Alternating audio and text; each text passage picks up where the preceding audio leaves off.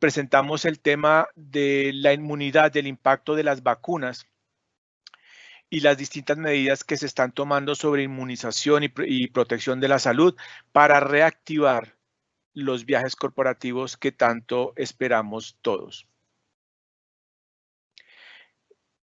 Es para mí un gusto poder anunciar la presencia de Jorge Mesa, nuestro Global Crisis Management Director, una persona con amplia experiencia en el manejo de crisis de viajes y quien ha estado totalmente involucrado en todo el devenir y toda la evolución que ha tenido esta pandemia en nuestros viajes. Jorge, agradezco mucho tu presencia y en un minuto estaremos contigo.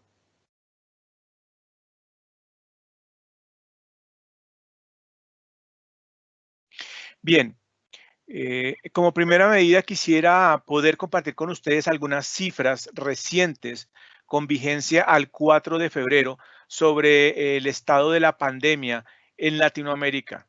Es importante porque este estado es el que define la probabilidad y la rapidez con que podamos retomar los viajes corporativos. Al respecto, es importante decir que el primer factor para poder reactivar la demanda de viajes corporativos es sin lugar a duda la flexibilización de los cierres y las restricciones que tienen lugar en cada uno de los países de la región y del mundo. Y para que esto suceda, definitivamente las autoridades tienen que evidenciar que el número de casos está disminuyendo. Al respecto, a 4 de febrero de 2021, el total de casos reportados de COVID-19 en el mundo llegaba a casi 105 millones, de los cuales más de 19 millones venían de Latinoamérica. Esto quiere decir más del 18% de los casos reportados en el mundo vienen de nuestra región. En la mayoría de los países de la región se evidenció un fuerte pico de casos en las primeras semanas de enero que venía creciendo desde las últimas semanas de diciembre del año pasado. Sin embargo, encontramos que a partir de la segunda semana de enero los casos empiezan a disminuir sensiblemente. Es así que en el momento más fuerte del periodo reciente de medición, llegamos a tener en Latinoamérica un reporte de 150.493 casos para la semana del 7 de enero de 2021, mientras que para la semana del 4 de febrero del 2021 ya estábamos en 89.376 casos. Aprovecho la oportunidad antes de seguir adelante para recordarles que está a su disposición nuestro panel de preguntas y respuestas, las cuales pueden anunciar, publicar en cualquier momento de nuestra presentación y que será resuelta por el panel al final de la presentación. Al igual que con todas las otras preguntas que recibimos durante el proceso de inscripción al evento.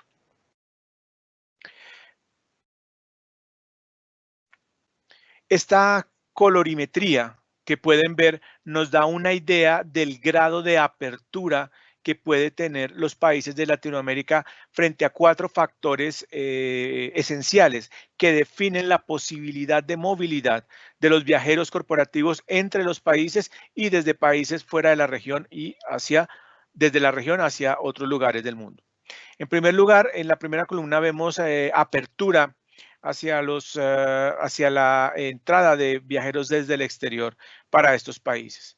Excepción de Honduras, Perú y Venezuela, que tienen un cierre en este momento, la mayoría de países está relativamente abierto. Y cuando decimos relativamente abierto es porque en términos generales, si la respuesta de si están abiertos o no están abiertos fuera de un sí o un no, pues la respuesta sería sí para estos países que ustedes ven en azul en la primera columna. Sin embargo, tenemos el caso, por ejemplo, de varios países que restringen o prohíben la entrada específicamente para viajeros procedentes del Reino Unido, y de Sudáfrica, entre otros países. Y tenemos el caso, por ejemplo, de Chile o de Paraguay, donde si bien está autorizada la entrada de viajeros del exterior, lo focalizan, lo canalizan a través de un aeropuerto específico y no a través de todos sus aeropuertos internacionales. En el caso de que se exija una prueba de negatividad de la presencia del virus, pues ya son mucho más los países que la exigen.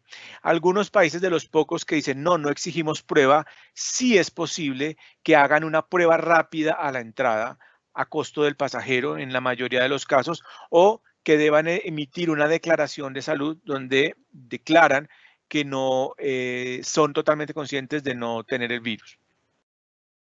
Al lado de las aperturas de la decisión si está cerrada o no cerrada la entrada a la frontera para viajeros internacionales, el otro factor altamente restrictivo de los viajes corporativos es la obligatoriedad de una cuarentena tan pronto se ingresa al país.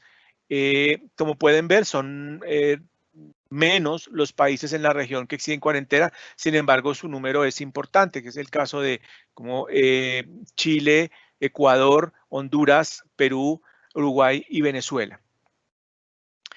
En el caso también de los países que dicen que no, también es algo que hay que tomar con cuidado y con inventario, porque también pueden existir estas pruebas rápidas a la llegada, y en el caso de que esta prueba rápida de positivo, esa persona sí puede estar obligatoriamente puesta en cuarentena en su hotel durante los 14 días previos a su llegada, y esto a costo del pasajero. Finalmente, el otro factor que puede restringir o limitar de alguna manera o condicionar nuestros viajes corporativos en la región son la demanda, el requerimiento, la exigencia de un certificado de salud. La mayoría de países no lo exigen, algunos, solamente 3 países exigen un certificado de salud, entendido certificado de salud como un documento avalado médicamente que indica, que dice, que certifica que la persona no está contagiada con el virus.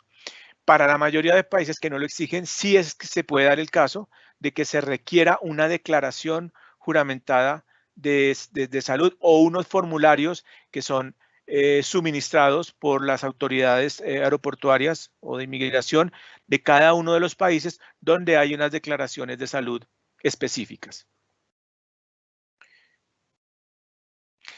Si bien toda esta información, como podemos ver en el esquema de colores que acabo de mostrarles, pues el azul predomina. Esto quiere decir que de alguna manera se puede viajar de negocios dentro de la región, pero que definitivamente hay muchos requisitos, hay muchas condiciones que se deben revisar en cada caso.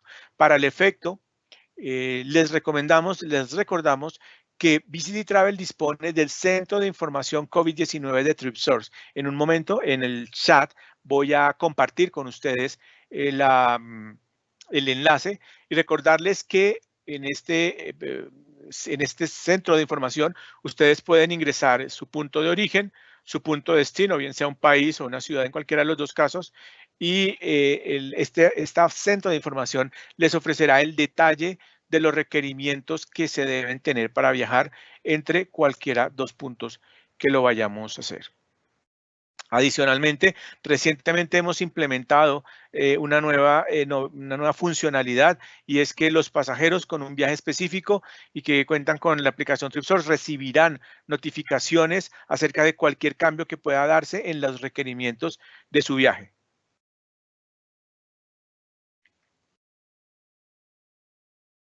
Muy bien. Ahora es para mí un gusto nuevamente dar la bienvenida a Jorge Mesa, quien nos hablará sobre los hallazgos y los resultados que tuvo la encuesta global que implementamos en el mes de noviembre y diciembre a más de 700 viajeros corporativos en todo el mundo, y que nos dan cuenta de cuál es su perspectiva frente a la reanudación de los viajes corporativos. Así que, Jorge, te doy nuevamente las gracias, la bienvenida, y tienes la palabra. Muchas gracias, Eduardo. Un placer estar de nuevo con todos nuestros clientes de Latinoamérica y, bueno, poder dar un poco de información acerca de los hallazgos, de los descubrimientos que esta encuesta nos ha proporcionado. Se hizo entre noviembre y diciembre a más de 700 viajeros, y lo primero que les preguntamos es cuándo creían que iban a retomar los viajes con regularidad. Los resultados que nos dieron es, tenemos más o menos un 16, menos de un 15% que ya están viajando en estos momentos. Acostumbran a ser viajeros que son por tareas imprescindibles, empresas de que necesitan seguir un mantenimiento. Después tenemos un 16% que nos contestaron que preveían viajar en el primer trimestre de este año. Un 30% nos decían que alrededor del segundo trimestre, lo cual nos ponía que alrededor de un 60% en total ya preveía que podría estar viajando a mediados de este año 2021 y hacia el final de año podíamos tener un 90% de viajeros viajando. Esto es lo que los pasajeros perciben como algo que lo ven viable en función de las noticias, de cómo se están desarrollando los eventos. Pero, por supuesto, lo que también les preguntamos es qué es importante para ellos para reanudar los viajes, qué es lo que va a ser el condicionante imprescindible para reanudar los viajes.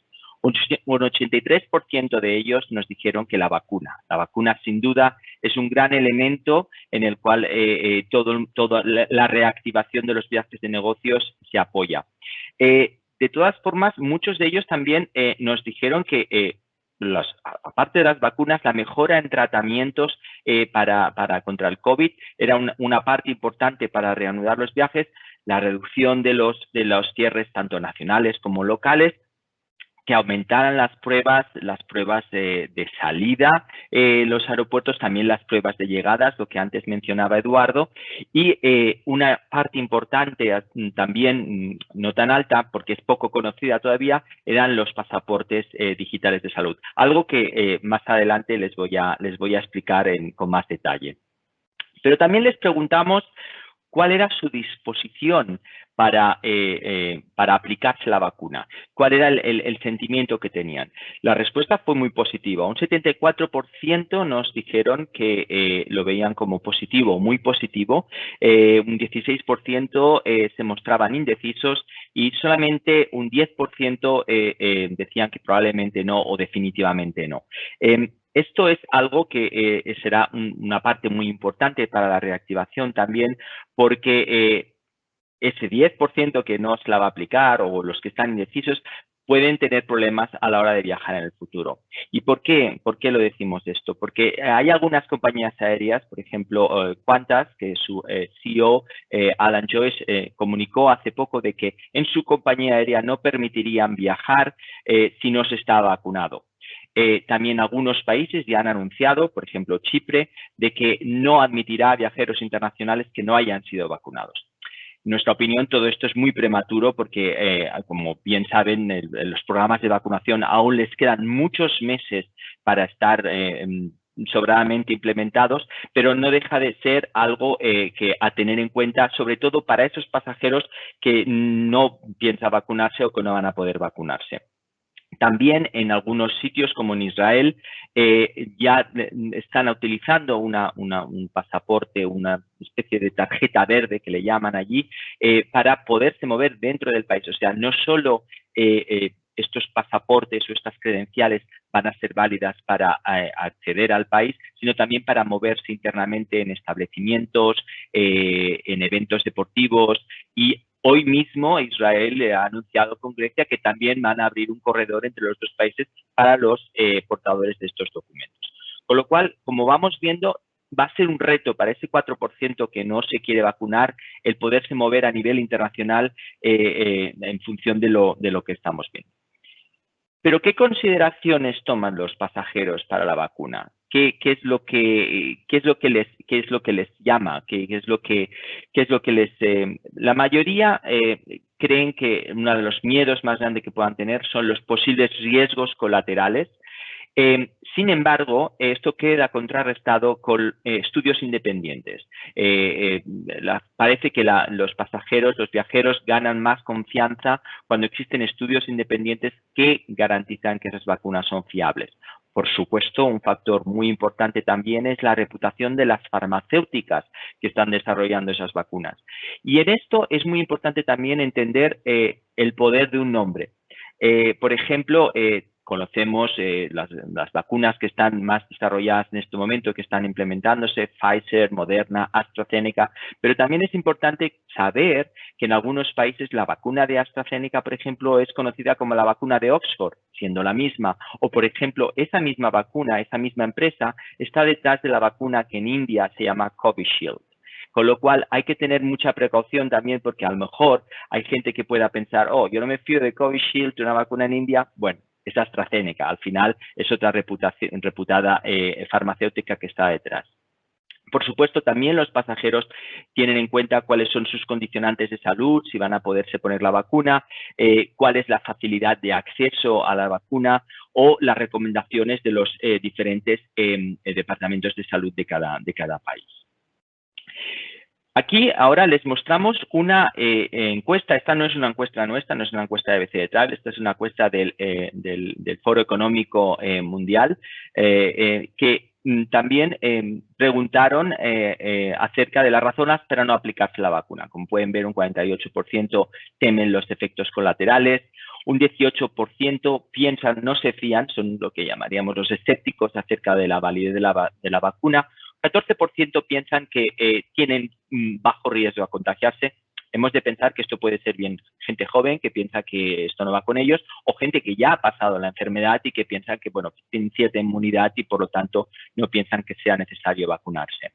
Un 10%, lo que coincide con nuestro estudio, son antivacunas. Con lo cual, hemos querido mostrar esto un poco para dar un poco también de validez de hacia dónde van las tendencias que muestran nuestra encuesta. Pero me gustaría, Eduardo, ¿nos puedes dar un poco de visión sobre cómo es la perspectiva en Latinoamérica en estos momentos? Claro que sí, Jorge, muchas gracias por recordarlo. Las perspectivas de vacunación en Latinoamérica obviamente son altísimas. Todos sabemos que hay una ansiedad presente, tanto por razones económicas, por razones sociales, para que la vacuna sea aplicada de manera generalizada en los distintos países. Los datos exactos del nivel de vacunación al que podrá llegar cada país no los podemos conocer, dado que cada país está buscando ingentemente distintas fuentes de obtención de vacunas. Sin embargo, sí hay una información de orden público que es las vacunas que se adquieren por los países de la región a través del mecanismo COVAX, es decir, este mecanismo de cooperación multilateral internacional para poder hacer una vacunación generalizada en los distintos países. Y a partir solamente del mecanismo COVAX, estas son las cifras las que ustedes observan en pantalla, las cifras que a día de viernes 4 de febrero estaban manejando los países en cuanto al potencial o la expectativa de vacunas que van a recibir solamente por el mecanismo COVAX. Y debo insistir en esto, en que los países no solamente están buscando abastecerse de vacunas a través del mecanismo COVAX, sino de acuerdos directos y generalmente confidenciales con las distintas farmacéuticas. Sin embargo, la dispersión de la vacuna, la proliferación de la vacunación solamente por el mecanismo COVAX nos da una idea, nos permite hacer una interpolación e inferir el grado de volumen de vacunación que pueden darse en cada uno de los países, donde por razones obvias, como ustedes pueden observar en la gráfica, es Brasil y México quienes guardan la delantera en cuanto a volumen de vacunación, algo totalmente natural en proporción al número de pobladores que tiene. Así las cosas, Jorge, yo quisiera que también nos compartieras por qué la vacunación es una parte importante para la reanudación de los viajes. Sí, la vacunación, sin duda, como hemos visto en la encuesta, es una parte muy importante para la reanudación de los viajes. Sin embargo, no es la única la única cosa que tenemos. No es una solución inmediata. Por lo tanto, vamos a tener que buscar también otras alternativas que sean más inmediatas que la vacunación. La vacunación está empezando. La vacunación va a tardar tiempo, como tú bien has explicado. Existen países que están todavía gestionando compras, haciendo aprobación. Se está vacunando a los grupos más vulnerables de población en la mayoría de países, ancianos, personal sanitario, fuerzas de seguridad, etcétera. Todo esto implica de que la gente que puede viajar todavía no ha sido vacunada. Esto está siendo un desafío logístico a una escala mundial como nunca hemos visto. Hemos de vacunar a todo un planeta, ¿de acuerdo? Por lo tanto, es por eso que decimos de que es muy importante, es clave, pero no va a ser una solución inmediata. Existen otras medidas que también ayudarán a la reanudación de los viajes y que también hay que tener en cuenta. Esas medidas van a ser, como decíamos antes, la reducción de los cierres, las aplicaciones de seguimiento, más disponibilidad de pruebas tanto a la salida como a la llegada y los pasaportes digitales. Y sobre eso también les preguntamos a los viajeros en nuestra encuesta. Comenzamos con las aplicaciones de seguimiento. Las aplicaciones de seguimiento existen desde alrededor de marzo del año pasado. En India ya se comenzaron a implementar algunas aplicaciones de seguimiento. En la mayoría de países se han ido implementando de forma voluntaria, pero vemos que en Asia, en algunos países como en Malasia, como en China, como en Japón, están siendo ya obligatorias. Les preguntamos a nuestros pasajeros ¿qué pensaban? La mayoría tienen, 48% tienen una visión positiva acerca de estas aplicaciones de seguimiento, siempre y cuando ayuden a saber si has estado expuesto a algún contacto positivo, cosas así. Un 35% piensan que no tienen una opinión formada y un 17% están en contra. Hay casos muy extremos de estas aplicaciones de seguimiento. Déjame, Eduardo, que os ponga un ejemplo. En Hong Kong, cuando llegas, te ponen un brazalete, una pulsera de rastreo para saber en todo momento dónde estás y que cumplas la cuarentena. Si ven que te has movido del lugar donde tienes asignado cumplir la cuarentena, inmediatamente puedes acabar en prisión. Claro, vemos como esto está suponiendo también quizá algunas en los países donde tenemos pues protección de datos, una serie de leyes que protegen los datos personales y la privacidad. Esto puede ser un gran reto. Es por eso de que estamos un poco en la dicotomía, si quizá tendremos que a lo mejor dejar un poco esos derechos en pro de la libertad de movimiento. Esa es una pregunta que es interesante de tener en cuenta también. También les preguntamos en la encuesta acerca de las pruebas previas a la salida. La mayoría, 60% de los viajeros tenían una opinión positiva acerca de estas pruebas, mientras que tenemos un 30% neutra y un 10% negativa. Estas pruebas son cada vez más comunes, son cada vez más extendidas en muchos países. Las aerolíneas, ellas mismas también están participando de estas pruebas. Supone un reto logístico enorme para aeropuertos, para aerolíneas, pero está siendo una de las medidas quizá en estos momentos más efectiva para un poco controlar la pandemia y permitir el movimiento. Pero estas medidas también hay cosas que hay que tener en cuenta acerca de estas pruebas. Y es que hay que leer la letra pequeña, creo que lo tenemos en la siguiente slide, exacto. Hay que estar muy atentos para saber qué tipo de prueba nos pide ese país al que vamos a viajar, porque no todas las pruebas son las mismas. ¿Cuántas horas de antelación? Hay países que piden 48 horas, hay países que piden 72 horas. Hay que tener en cuenta el idioma que va a ser aceptado. Nosotros en Latinoamérica, en España, podemos utilizar el idioma común del castellano, pero en algunos destinos a lo mejor nos requieren que la prueba esté en inglés o en un idioma, la mayoría en inglés, porque estoy seguro que los chinos nos aceptarán una prueba en inglés, pero es una cosa a tener en cuenta. La correspondencia del nombre. Tengo un amigo que se llama Nacho y en su prueba hace poco tuvo unas pruebas de COVID y ponía Nacho, pero su nombre de identidad es Ignacio, con lo cual son estos pequeños detalles también se tienen que tener en cuenta. Y la validación, ese laboratorio que hace la prueba es un laboratorio válido, va a ser aceptado. Toda esta información es lo que Eduardo nos explicaba antes, que pueden encontrar cuáles son los requisitos en el COVID Hub que ponemos a su disposición y que está abierto para todo el mundo, el TripSource COVID Hub. Hemos de estar preparados que también existen unas pruebas de llegada, cada vez más países están implementando y que puede ser que si damos positivo en estas pruebas de llegada, pues nos obliguen a cumplir cuarentena y tener que pagar, por ejemplo, en Inglaterra son 1.750 pounds que se pagan por la estancia, hotel, comida, por esa cuarentena antes de poder salir. También les preguntamos acerca de los pasaportes digitales de salud y la mayoría de pasajeros nos dijeron que veían que como que era una cosa que era importante y nos dieron algunas, que después explicaré, algunas cosas de los que les preocupaba acerca de esos pasaportes. Pero aquí vamos a hacer una pausa. Y hemos compuesto aquí 5 claves de lo que es necesario para un pasaporte digital de salud. Esto ahora lo van a oír mucho. Tienen que tener en cuenta de, primero, esto no es el pasaporte tradicional seguirá existiendo y sigue existiendo, esto es complementario.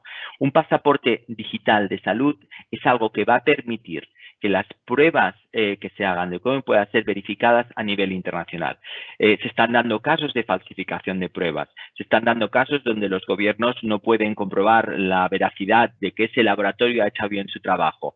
Se están dando casos de mercado negro, incluso de documentos falsificados. Con lo cual, es muy importante que esa verificación, la autenticidad del resultado, sea algo que se pueda sumar a la identidad del pasajero. Por lo tanto, eso va a ser un punto clave para que estas aplicaciones, estas digitales, pasaportes digitales de salud sean válidos. Siguiente es la seguridad.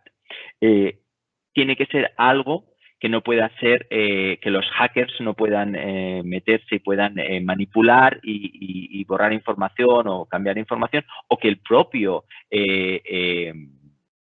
propietario de esa información no modifique una fecha de caducidad para poder estar más tiempo en esa información. La información tiene que ser precisa.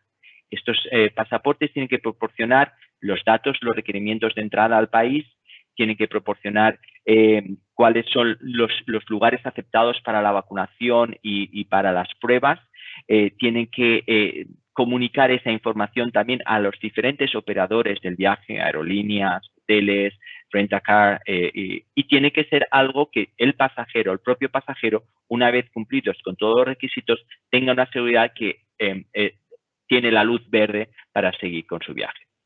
Tiene que ser reconocido y aceptado a nivel mundial por los operadores, por las diferentes autoridades de fronteras, y tiene que ser algo que sea accesible desde cualquier lugar, algo que pueda ser el móvil. Va a ser una de las principales herramientas en las que se van a basar estos pasaportes digitales. Y ahora vamos a ver unos cuantos de ellos. Esta slide, esta diapositiva la hemos cambiado muchas veces desde que estamos hablando de pasaportes digitales y cada vez se añaden más. Ha llegado un punto en que he decidido que ya no se cambia más porque les puedo asegurar que hay como 10 iniciativas aparte de las que están viendo ahí. Nos vamos a centrar en las principales. Se está convirtiendo en una nueva moda esto de los pasaportes digitales y obviamente hay negocio detrás y hay muchas empresas que se quieren dedicar a ello. Les voy a hablar primero de ICC AOK Pass.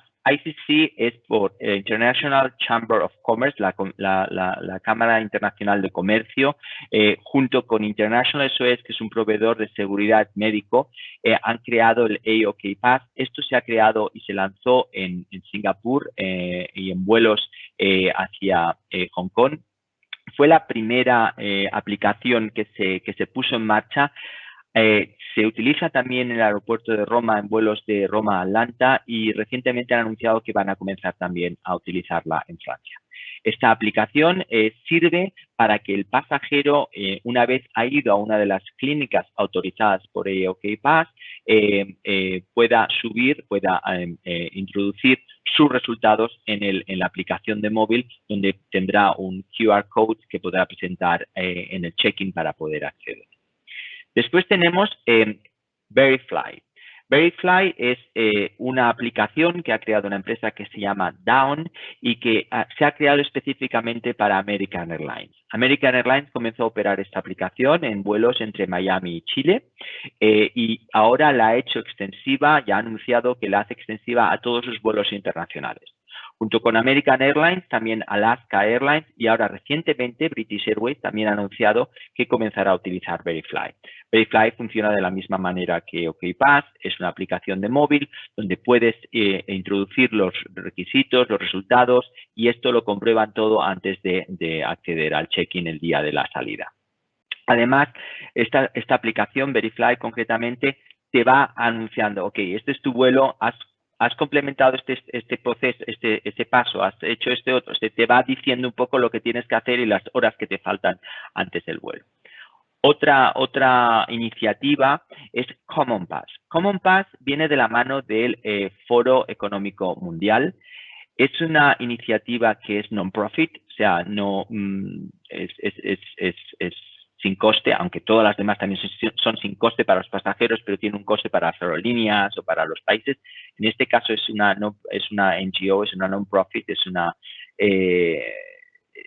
fundación. La Fundación Rockefeller es la que está detrás poniendo el dinero para esta iniciativa.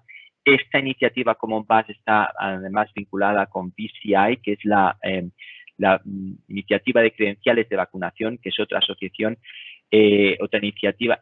Esto está respaldado por la Mayo Clinic de Estados Unidos, también está Microsoft involucrado, Oracle, está Salesforce, está el Consejo Internacional de Aeropuertos que aglutina 2.000 aeropuertos. O sea, es una iniciativa que está aunando muchos esfuerzos y muchos diferentes organismos en pro de esta iniciativa.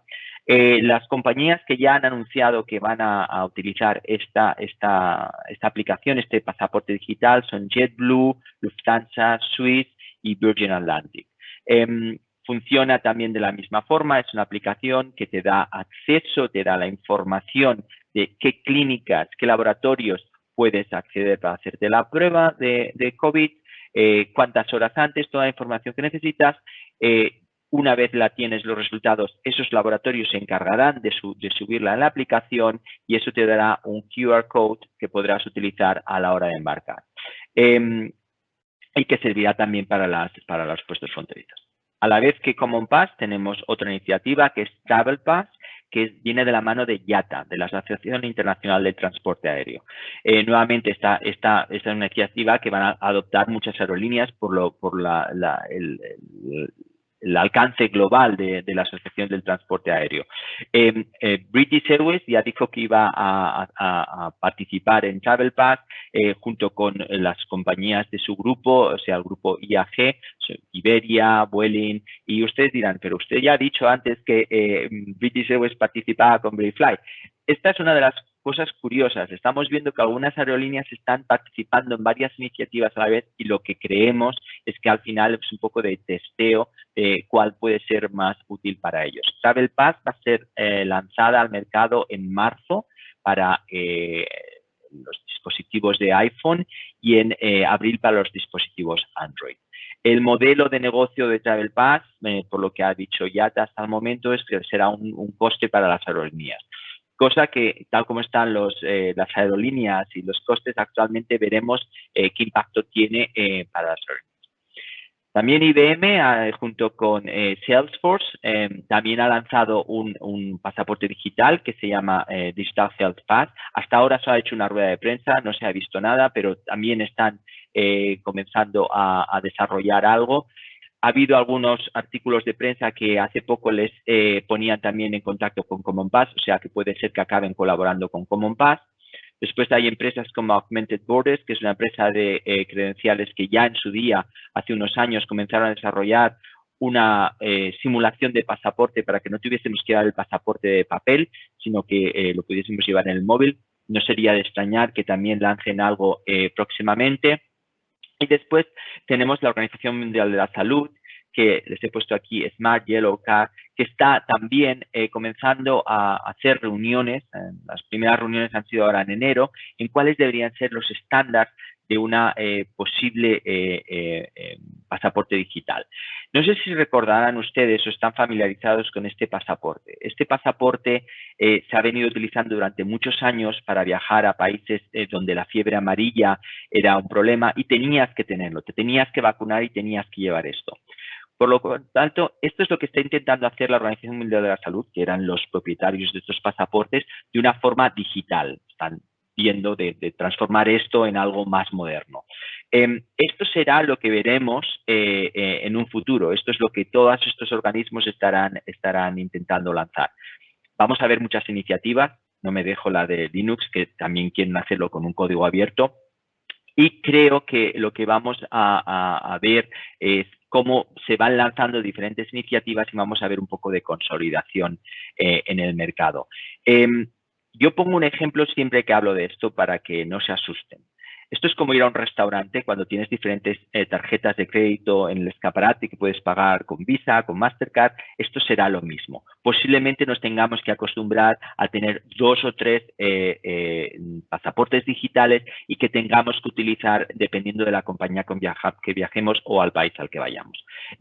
Estamos siguiendo muy de cerca esto, estamos en reuniones, ayer estuve en reuniones con Common Pass, mañana tuve una reunión con IATA, estamos en ello y BCD va a estar a su lado como partner para que esto sea lo más fácil para los viajeros y para los pasajeros y para nuestros clientes.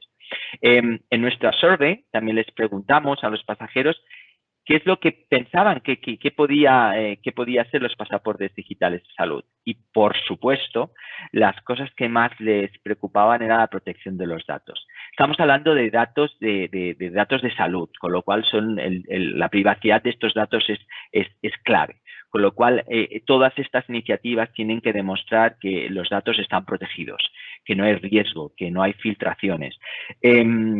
Las aplicaciones tienen que, además, asegurarse de que la exactitud de los datos. Imagínense que yo cumplo los requisitos que son negativos, pero por un error o porque confunden un nombre con otro, da positivo y lo que eso podría acarrear. Tienen que estar actualizados y tiene que ser algo que se acepte mundialmente, que es un poco lo que hablábamos antes. Y definitivamente tiene que ser algo que sea post-COVID. Desgraciadamente, la Organización Mundial de la Salud dice que las pandemias van a ser algo a las cuales nos vamos a tener que acostumbrar. Esperemos que no sean de este nivel ni de este calibre, pero posiblemente un pasaporte digital de salud pueda ayudar a otras pandemias a que nos podamos seguir moviendo libremente y viajando como hasta ahora. Y ahora voy a 5 ideas que queremos un poco que conserven que evidentemente para flexibilización de viajes es importante que los casos bajen. Contra más vacunas haya, más gente esté vacunada, menos gente habrá que coja el COVID, por lo tanto esos números bajarán. La mayoría de los viajeros de negocios espera viajar con regularidad a mediados del 2021.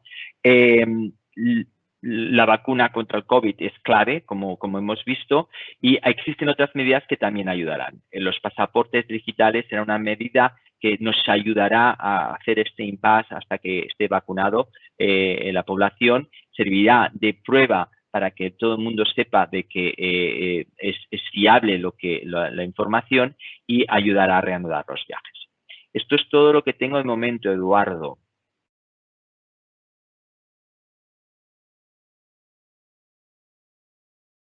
Estás en mute.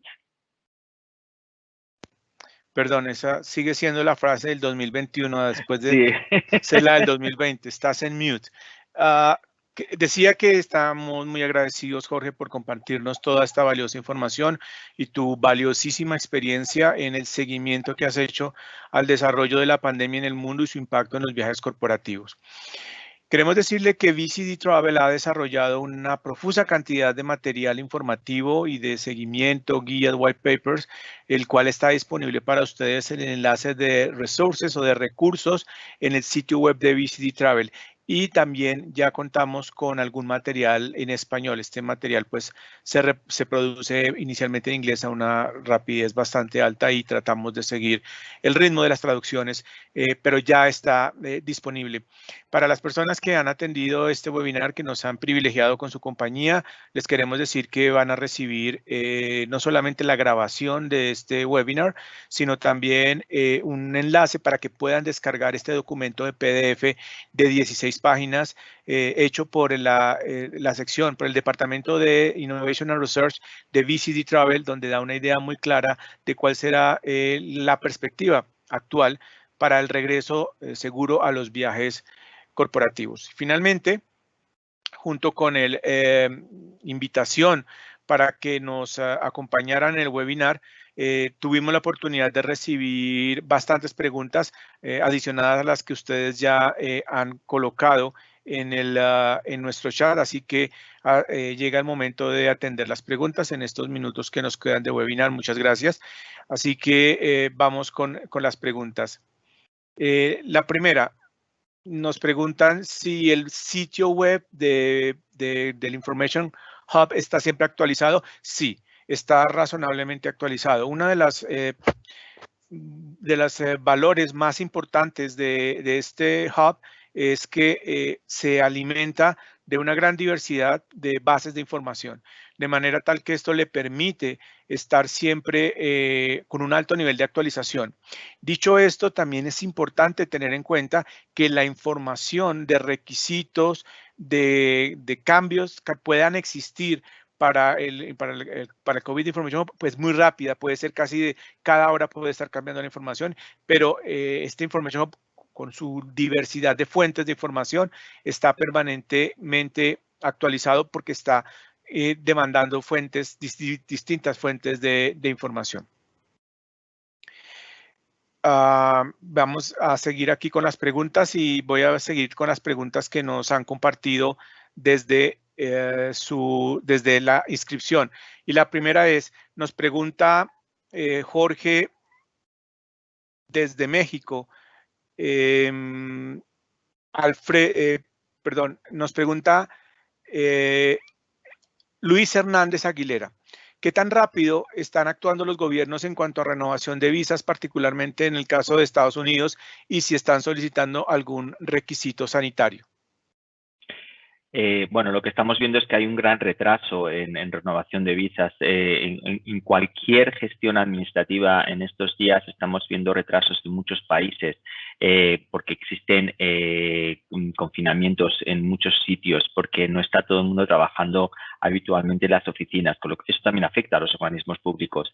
Entonces estamos viendo retrasos. No puedo decir tampoco qué retrasos porque dependerá de las diferentes embajadas de los diferentes países. Hay algunas que a lo mejor van mejor que otras, pero sin duda hay bastantes retrasos. Los equipos de tramitación de visados que tenemos en BCD están al corriente de esto y están al caso de intentar tramitar y agilizar todo lo que puedan por parte de nuestro lado. En cuanto a los requisitos sanitarios, en el hub tendrán toda la información actualizada. Sé que piden un PCR negativo para acceder, pero ahora les engañaría si les quisiera dar todos los detalles. Lo bueno del hub es que puedes poner desde qué país estás viajando a qué país estás viajando y te da automáticamente todos los requisitos, porque no es lo mismo para alguien que venga de México como alguien que venga de UK, que sabemos que hay una nueva cepa, una nueva variante de COVID y a lo mejor no puede entrar en Estados Unidos, aunque tenga visado. O sea, por eso es muy importante saber el viajero de dónde viene y todo esto, porque los requisitos pueden ser diferentes. Muy bien, muchas gracias, Jorge. Nos pregunta Carolina a través de nuestro chat del webinar. ¿Piensan ustedes que según las aerolíneas y países se pueda solicitar uno u otro pasaporte? ¿Cuánto sería el costo que incrementen los tiquetes? Está por ver. Está por ver. Yo siempre pienso que cuando algo tiene un coste para las aerolíneas, ellas acabarán un poco cobrándonoslo a los pasajeros. Está por ver. También hemos de pensar que a mayor volumen también habrá reducción de costes y hoy en día la mayoría de aerolíneas utilizan apps para hacer el check-in online y cosas, con lo cual puede ser que se incluya dentro de los servicios. pero sí puede ser que la aerolínea nos pida, por ejemplo, American Airlines te hace utilizar Verifly para su check-in y que cuando llegues a tu destino a lo mejor te pidan un diferente pasaporte, a lo mejor el IATA, el Travel Pass. Por lo tanto, es posible que tengamos que estar saltando de una app a otro para proporcionar la información. Está todavía por ver, están saliendo estos apps, nos están dando ahora la información de cómo están montados, de cómo están los parámetros, todo eso. Está por ver, pero estamos detrás de ellos para tener toda la información y poderla proporcionar lo antes posible. Muy bien, esta pregunta muy pertinente, tú que estás en Europa, Jorge. Nos pregunta Danisa Campos de Pfizer desde Chile. ¿Podría viajar a Europa durante marzo de 2001 si cuento con inmunización? Pues primero tendría que consultar en nuestro hub, donde va a tener la información actualizada, a qué país de Europa va a viajar, porque cada país de Europa tiene unas condiciones diferentes, pero posiblemente la inmunización no sea suficiente, porque no existe hoy en día todavía países que estén reconociendo la vacuna como un requerimiento de entrada. Es muy posible que les sigan pidiendo un PCR. Porque todavía no se ha puesto de acuerdo, o los países en Europa están incluso discutiendo cuál va a ser el formato de certificado de que te has vacunado que va a ser aceptado dentro de Europa. Por lo tanto, en estos momentos, en marzo, yo me aventuraría a decir que aunque esté vacunada, que es poco habitual que la gente que viaje esté vacunada, evidentemente Pfizer, sus empleados entiendo que sí, le pidan alguna prueba para certificar que está libre de COVID. Muy bien, nos pregunta Diana Gallego desde Colombia, la empresa GEA. ¿Colombia, Perú y Panamá harán parte del grupo que solicitará a sus visitantes este tipo de pasaportes? ¿Qué países ya están exigiendo a la entrada este tipo de pasaportes? Por el momento, nosotros que tengamos constancia, solo Chipre ha dicho que lo iba a hacer.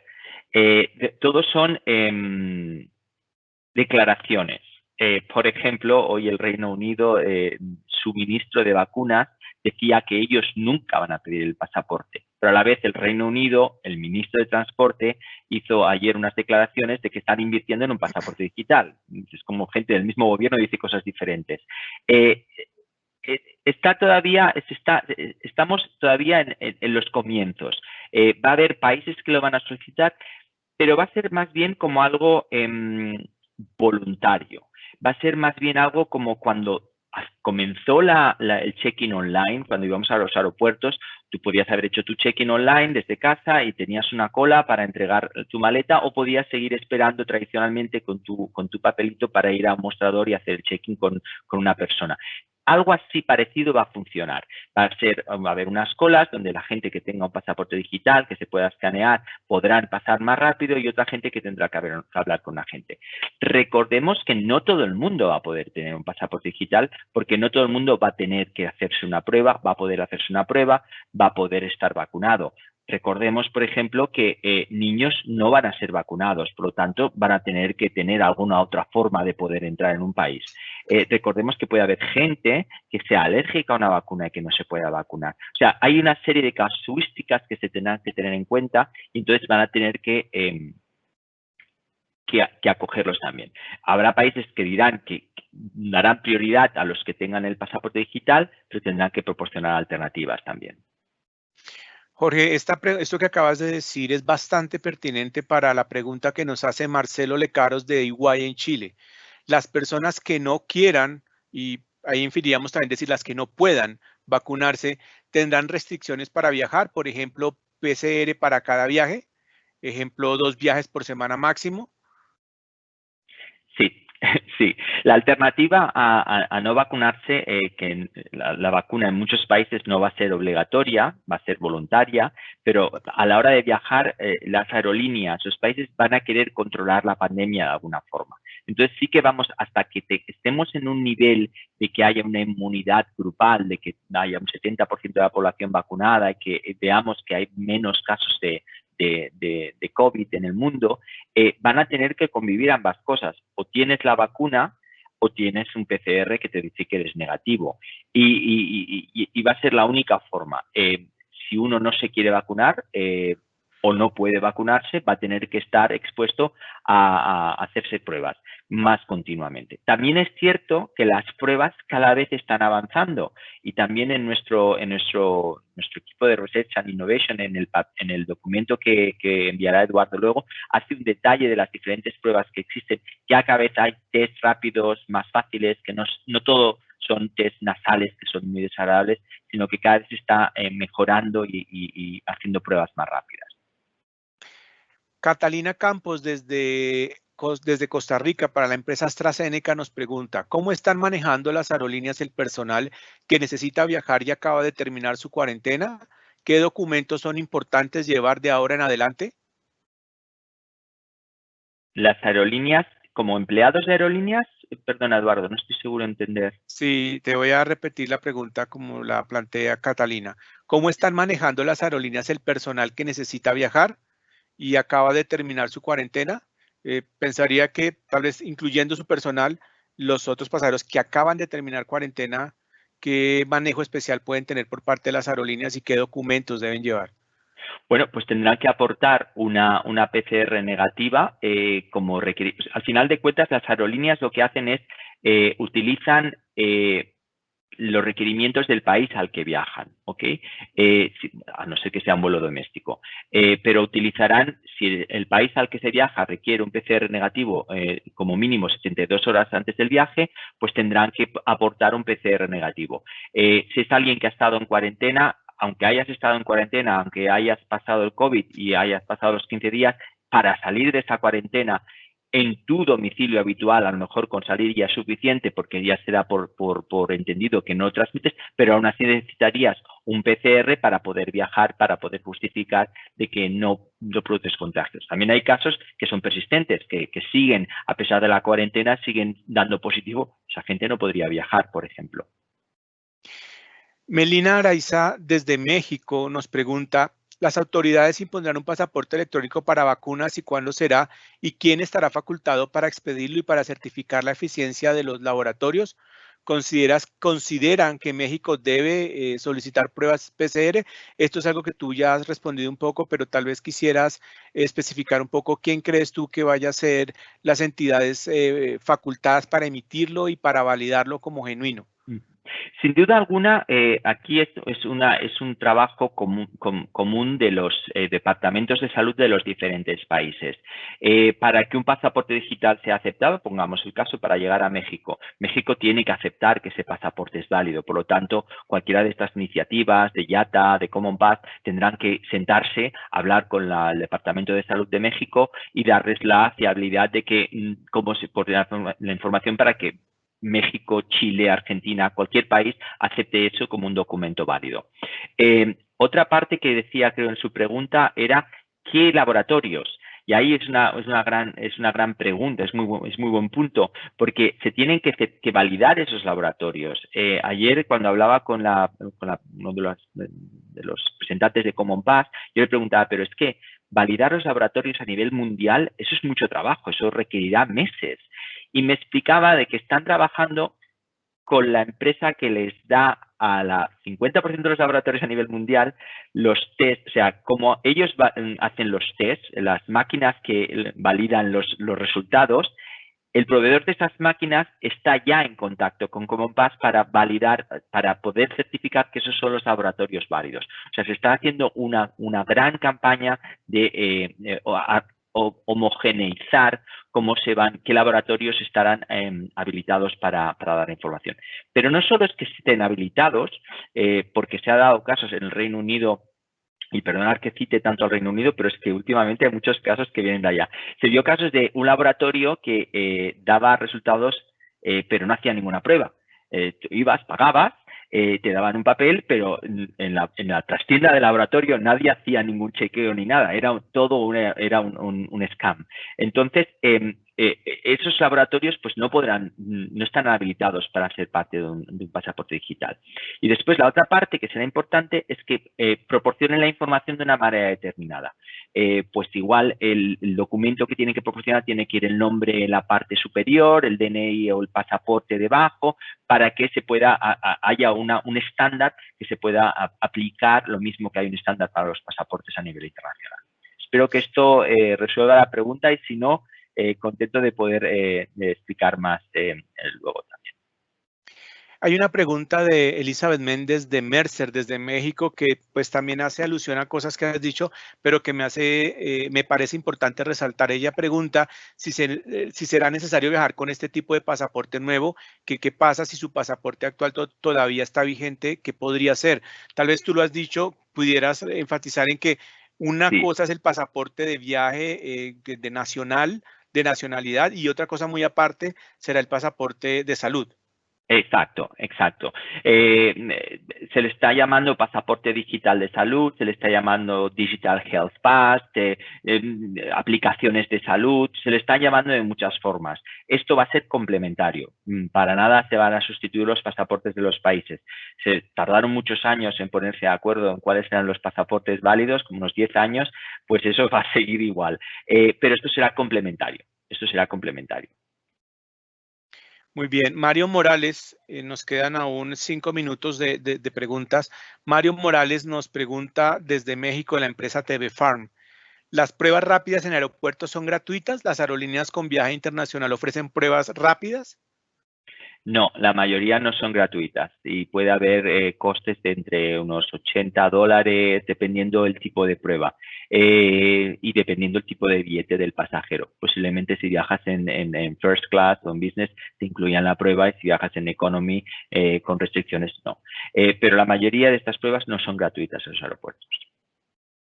Como tampoco son las cuarentenas que te obligan a hacer si llegas y tienes que ir a un hotel, que también tienes que estar preparado para pagar esa estancia. Muy bien. Tania Ruiz nos pregunta desde México, de la empresa Atento, también ya lo has comentado, pero me parece valioso que hagas el énfasis. ¿Hay alguna idea de la fecha específica en que comenzarán a funcionar los pasaportes de salud? ¿Hay alguna aerolínea que creas que ya lo tiene totalmente implementado? Sí, American Airlines los está utilizando ya en su red internacional a partir de este mes de febrero. IATA Travel Pass lo comenzará a utilizar a partir de marzo y veremos poco a poco cómo se va implementando. AOK Pass se utiliza en Singapur y se utiliza en Italia en algunos vuelos. Veréis que son vuelos muy determinados y veréis que es una cosa de que dan la opción al pasajero de cuando haga el check-in le enviarán un email, usted ha chequeado en este vuelo, puede actualizar su información a través de estos pasos y lo irán informando. Yo creo que los próximos meses lo veremos más desarrollado, pero de hecho ya hay aerolíneas que lo están utilizando como American Airlines con Verifly. Bien, tenemos quizá la última pregunta por hoy. Tengo 2 pasaportes, brasileño y alemán. ¿Hay alguna ventaja en usar el pasaporte europeo para ir a los Estados Unidos? Esto es una pregunta a nivel de visados y de este tipo de cosas. No me aventuraría, pero yo diría que sí que hay diferentes, en general, existen diferentes condiciones, depende de qué pasaporte tengas. Por ejemplo, yo con pasaporte español para ir a Estados Unidos puedo utilizar el programa del ESTA, con lo cual no necesito un visado especial al relleno.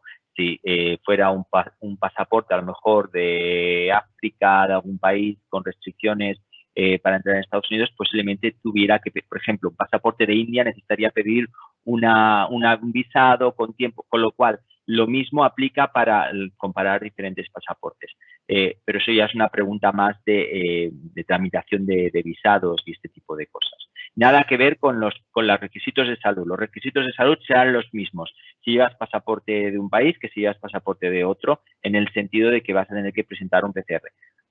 Y lo que va a importar es de dónde vienes. Si vienes de una zona roja, te van a pedir más cosas porque la zona de la que vienes, por ejemplo, UK en estos momentos, Sudáfrica, hay unas cepas más peligrosas y que los países intentan protegerse de ellas.